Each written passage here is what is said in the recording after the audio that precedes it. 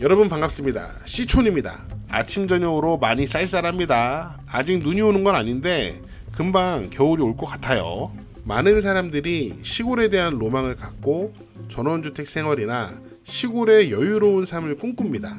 상상만으로도 기분이 좋죠. 답답하지 않은 공간을 누리며 그토록 바랬던 자연을 항상 누리고 시간이나 공간적으로 여유로운 삶 얼마나 좋습니까? 특히 은퇴 후에 전원 생활을 고려하는 분들이 많은데요. 제가 이번 영상에서 드리고 싶은 말씀은 제발 충분히 고려를 해봐라. 과연 나는 후회하지 않을 자신이 있는가? 과연 나는 시골 생활을 할 수 있는 사람인가? 이런 이야기를 조금 해보려고 합니다. 전원 생활에 대해서 사람이 마음이 일단 꽂히면 저는 그때가 조금 위험하다고 생각합니다. 무슨 말이냐면 딱 꽂히면 다른 게 잘 안 보여요. 일단 난 전원주택을 사서 자연으로 가고 싶다.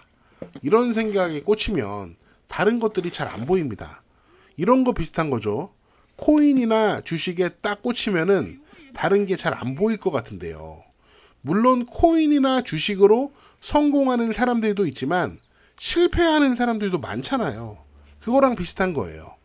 전원주택 잘 골라서 행복하게 사는 사람들도 있지만 잘못 골라서 불행해지는 사람들도 많습니다.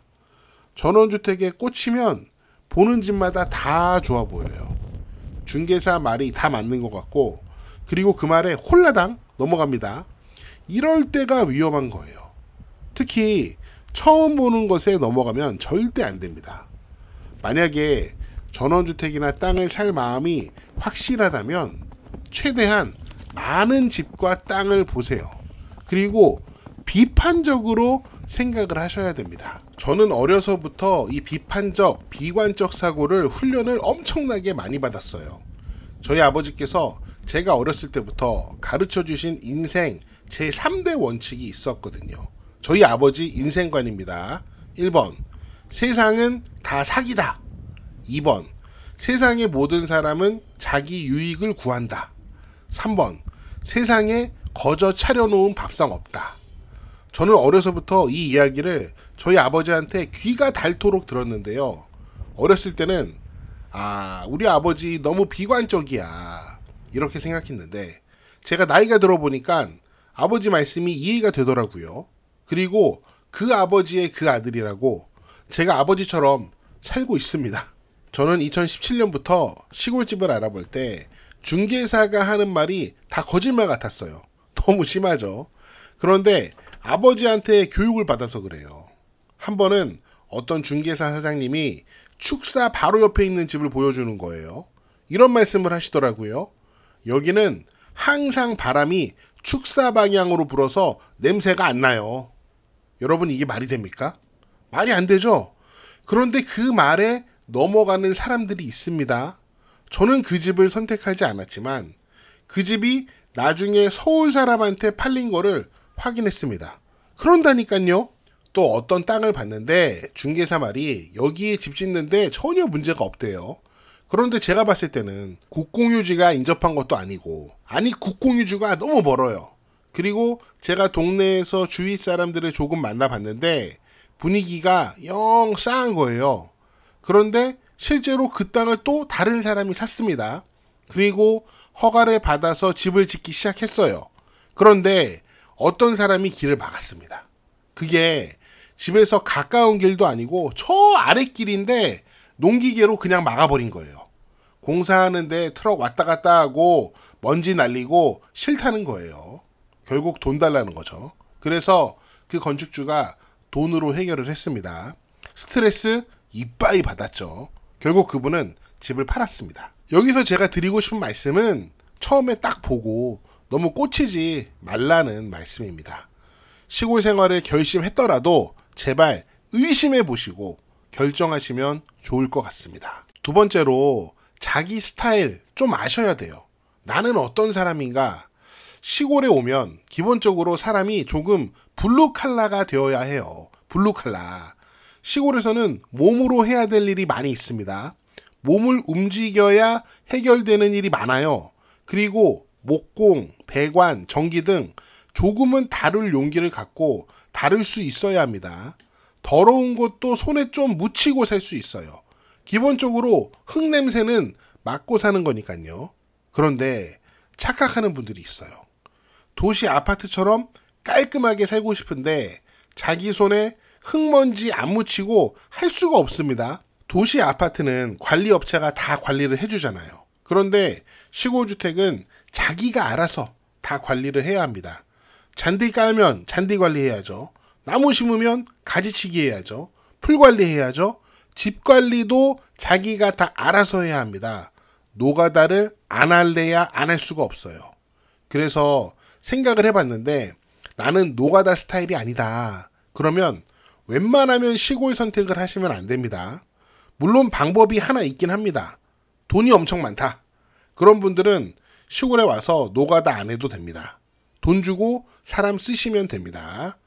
돈만 주면 아주 사소한 일까지 직접 하지 않아도 돼요. 그런 일을 해주는 사람들 시골에 많습니다.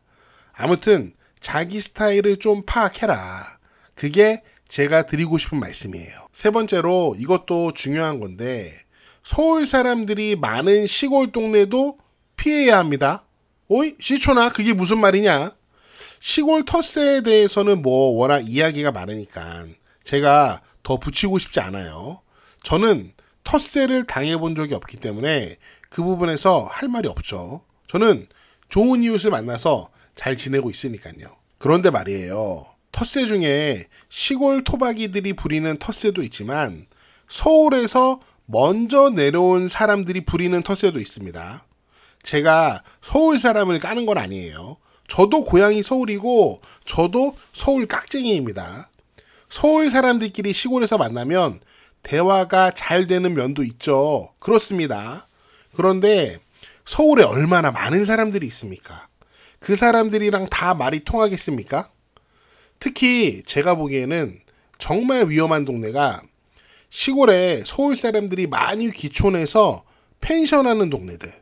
그런 동네가 진짜 텃세 심할 수 있어요. 저도 많이 봤고요.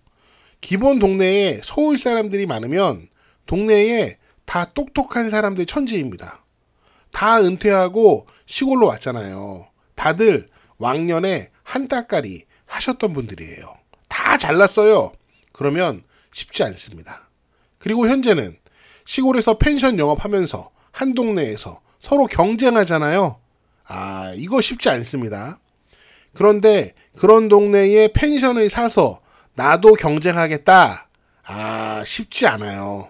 물론 서울 출신 사람들끼리 한 동네에 모여 살아도 서로 이해관계가 없고 그냥 좋은 얘기만 하고 살 수 있으면 그건 괜찮습니다. 그런데 말씀드린 것처럼 한 동네에서 동일한 영업하면서 경쟁하게 되면 상황은 완전히 다른 거예요. 이런 분들 있죠. 나 시골에 가서 살고 싶은데 먹고 살 게 걱정이다. 시골 가서 펜션 한번 해볼까?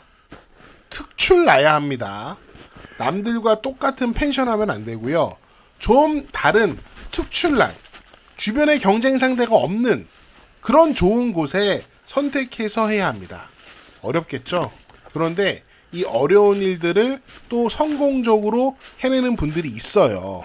그런데 소수입니다. 그리고 시골집은 투자의 목적으로 사는 것은 저는 아니라고 생각합니다. 물론 시골에도 투자의 기회는 있어요. 그런데 투자하실 생각이라면 도시에 투자하세요. 시골집은 미래보다는 지금 내가 바로 자연 속에서 행복하게 살고 싶다는 그 욕망을 채우려는 게 아니겠습니까? 관점이 다른 겁니다. 그렇다면 좋은 방법은 분산 투자겠죠. 시골집은 행복에 투자하고 미래를 위한 투자는 다른 투자를 하시면 됩니다. 시골에 몰빵만 안 하면 되겠죠. 그러니까 이런 말씀 하시면 위험한 거예요. 야, 나 그냥 있는 거 다 팔고 시골로 내려갈래. 물론 감정적으로 하는 말일 수도 있겠지만 실제로 있는 거를 다 팔아서 시골에 몰빵하는 선택은 굉장히 위험할 수 있습니다. 네, 제가 오늘 준비한 내용은 여기까지고요. 여러분은 어떻게 생각하시는지 여러분의 다양한 의견을 댓글로 남겨주세요. 저는 다음 영상에서 더 재미있고 유익한 내용으로 돌아오겠습니다. 여러분, See you again!